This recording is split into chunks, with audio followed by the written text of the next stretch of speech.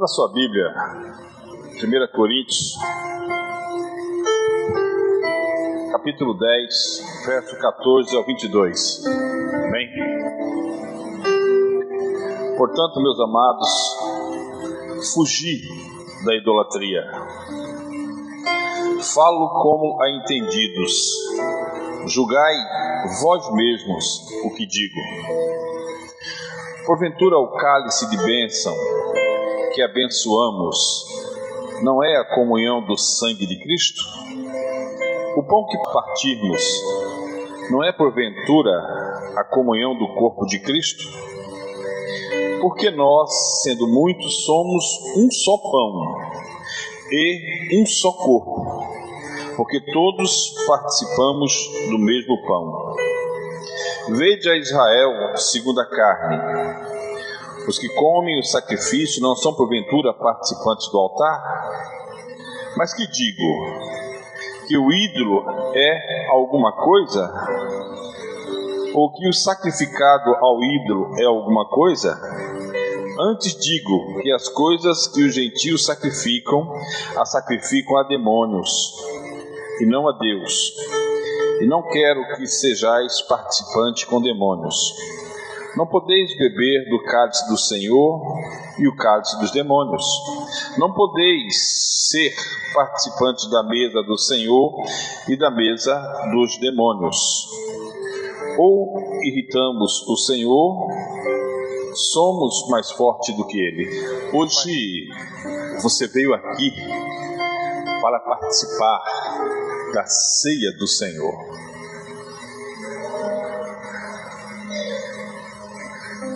E quando nós nos reunimos para celebrar a ceia do Senhor, é importante que algumas verdades precisam ser lembradas. A ceia não pode ser apenas um ato mecânico, onde mensalmente a gente come um pedacinho de pão e bebe um pouquinho de suco de uva. Não pode ser somente isso. Algumas verdades acerca da ceia, acerca de nós e de Jesus, tem que ser lembrada. E o texto que nós lemos aqui agora, ele nos lembra algumas verdades que nós precisamos refletir nessa noite de ceia. E o verso 16 diz assim, vou repetir, Coríntios 10, 16. Porventura, o cálice de bênção que abençoamos não é a comunhão do sangue de Cristo? O pão que partirmos não é, porventura, a comunhão do corpo de Cristo? Esse texto, esse versículo, ele fala que no ato de celebrarmos a ceia, é importante que nós saibamos que existe a necessidade de haver comunhão e participação de cada um de nós. E a ideia de participação, ela é muito forte na ceia, pois nós precisamos ter a compreensão do que Cristo gostaríamos que nós tivéssemos consciência no momento desta participação da ceia. Cristo quer que nós tenhamos uma consciência do significado de tudo isso.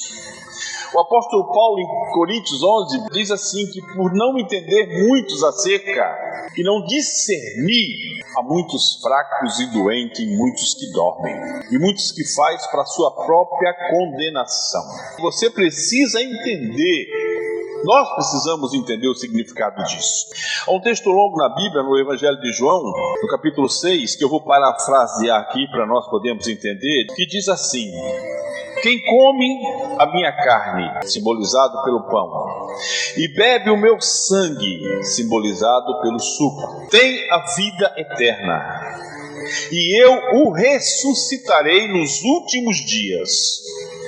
Pois a minha carne é a comida verdadeira, e o meu sangue é a bebida verdadeira. Quem come a minha carne e bebe o meu sangue, vive em mim, e eu vivo nele.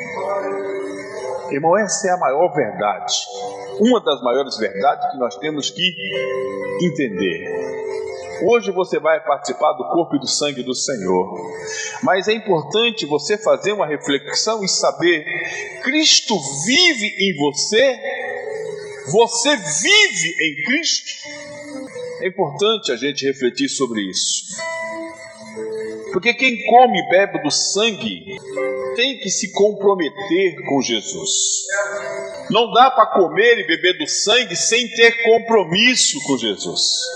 E comprometer-se por Jesus significa uma série de coisas que eu quero tentar aqui, com as minhas palavras, tentar você entender acerca desse comprometer-se com Jesus. Primeiro eu quero falar de compromisso. O que é compromisso? Compromisso é algo que você assume, é algo que você empenha a sua palavra.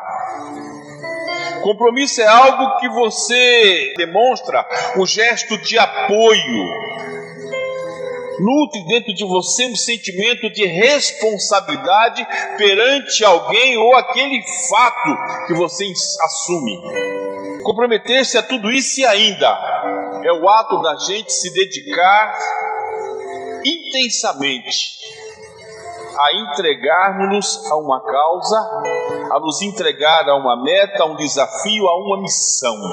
E quando Jesus institui a ceia, ele diz que quando nós participássemos da ceia, nós teríamos uma missão. E qual é a missão?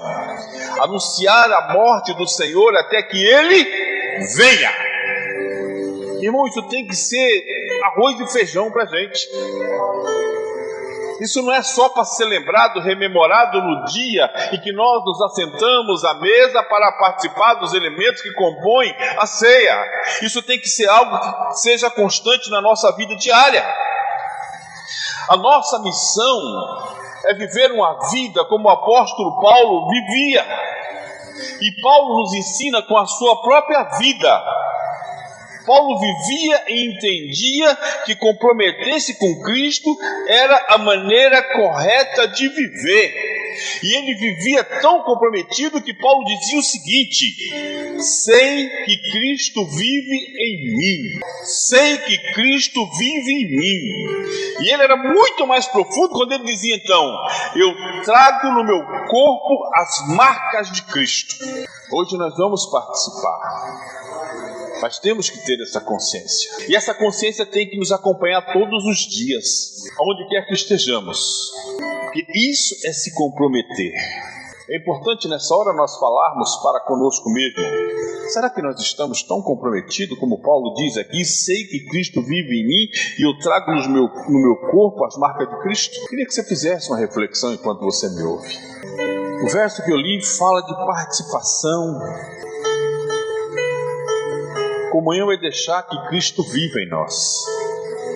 Nós temos deixado verdadeiramente Cristo viver em nós?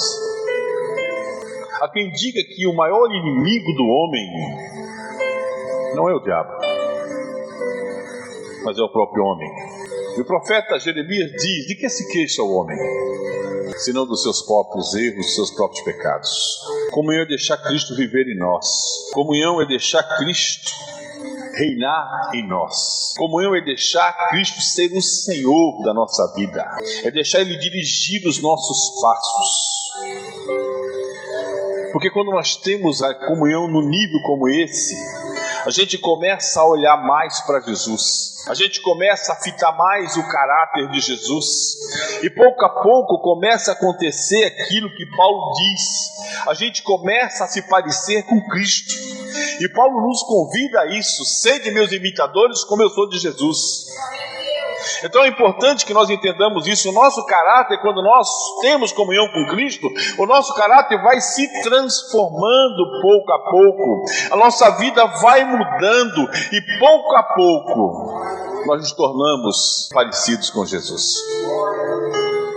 A gente passa a ter um coração, uma mente, um olhar, como diz a canção. A canção diz que nós temos que olhar como Jesus olhava. Nós temos que amar como Jesus amava. Nós temos que sorrir como Jesus sorria. Nós temos que abraçar como Jesus abraçava. Momento de nós refletirmos. Deixa eu falar uma coisa para você, irmão. Jesus não precisa de admiradores. Jesus não precisa de admiradores. Jesus não quer pessoas que o admirem. Não. Jesus quer pessoas que se comprometam. Jesus quer pessoas que tenham comunhão. Pessoas que sejam um com Ele e Ele um com você. Nós não somos perfeitos. Nós só precisamos saber o caminho que precisamos andar para alcançar aquilo que Jesus tem expectativa com relação ao nosso relacionamento para com Ele e dele para conosco. Amém? O verso 17 diz: porque nós, sendo muitos, somos um só pão e um só corpo, porque todos participamos do mesmo pão. Esse texto fala sobre a unidade necessária que há, o que haja entre nós e nós, entre Deus e nós. Embora nós sejamos muitos aqui, pessoas diferentes de cores, raça, língua, até culturas, diante de Deus nós somos uma só família, irmãos. Efésios capítulo 2, versículo 19 diz assim: portanto vocês já não são estrangeiros, nem forasteiros, mas concidadãos dos santos e membros da família de Deus. Irmão, nós somos uma família e precisamos encarar isso como de fato precisa ser encarado. Nós somos uma família, somos um corpo e somos codependentes um do outro. A gente precisa um do outro. Nós comemos o mesmo pão, e esse pão que nós comemos é Cristo. É o Cordeiro de Deus que desceu do céu para nos dar vida e vida com abundância. Quando nós celebramos a ceia, nós estamos declarando que um grande preço, um alto preço foi pago. E esse preço foi pago para que nós hoje pudéssemos ter esperança de que se hoje o Senhor nos levar, Ele tem um lugar bem melhor para cada um de nós. Amém? Porque Ele é o nosso Senhor. Ele é o nosso Salvador. Foi Ele que nos comprou por esse preço muito alto. Eu queria que você imaginasse. Lembra da cruz agora? Lembra que Jesus passou carregando aquela cruz, sendo pregado nela? Imagina o que Ele sofreu. Por amor de mim, por amor de você, por amor de cada um de nós. Foi um preço muito alto. E tudo isso por amor. Tudo isso para que nós fôssemos um com Ele e Ele um conosco. A unidade é o desejo do coração de Deus para com a gente. É o que Deus mais deseja. Nós precisamos ter consciência de que esse comprometimento e essa comunhão que Cristo quer que nós tenhamos com Ele nos leva a um estilo de vida totalmente daquilo que o mundo nos oferece. Totalmente diferente daquilo que a televisão nos oferece. Totalmente diferente daquilo que as redes sociais nos oferecem. Ter essa participação, esse comprometimento, essa comunhão exige que nós tenhamos uma vida pureza e santidade. Podemos nos contaminar com as coisas que não são do céu. Ainda que a Bíblia diga: o cair do homem, levantar de Deus. Caia, mas levante rápido. Não fique prostrado. Amém?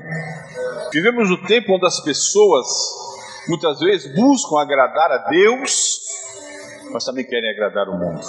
E na Epístola de 1 João, capítulo 2, versículo 17, diz assim: não ame o mundo nem o que há no mundo. Se alguém ama o mundo, o amor do Pai não está nele. Pois tudo que há no mundo, desejo da carne, desejo dos olhos, arrogância da vida, não provém do Pai, mas provém do mundo. O mundo e os seus maus desejos passam, mas aquele que faz a vontade de Deus permanece para sempre. Ainda que você morra, ainda que a gente parta, mas a gente permanece. Mas se fizermos a vontade do Pai. A vida cristã, ela exige renúncia. A vida cristã, ela exige abandono do pecado, arrependimento e exige santidade. Exige pureza. E cada um de nós, a seu tempo, tem que lutar para ir conquistando essas coisas. Uns conquistam mais rápido, outros vão mais devagar, mas Deus quer contemplar em cada um de nós o desejo de alcançarmos tudo isso na nossa vida. A ceia é o momento da celebração da comunhão, aonde nós temos que ter para com os outros, onde nós temos que ter comunhão para com Cristo, onde nós temos que ter comunhão para com o Pai, sabendo que um dia Cristo voltará. A ceia é um momento de afirmação do nosso compromisso com Cristo. Você precisa afirmar o seu compromisso com Cristo. Ele precisa contemplar isso no seu coração.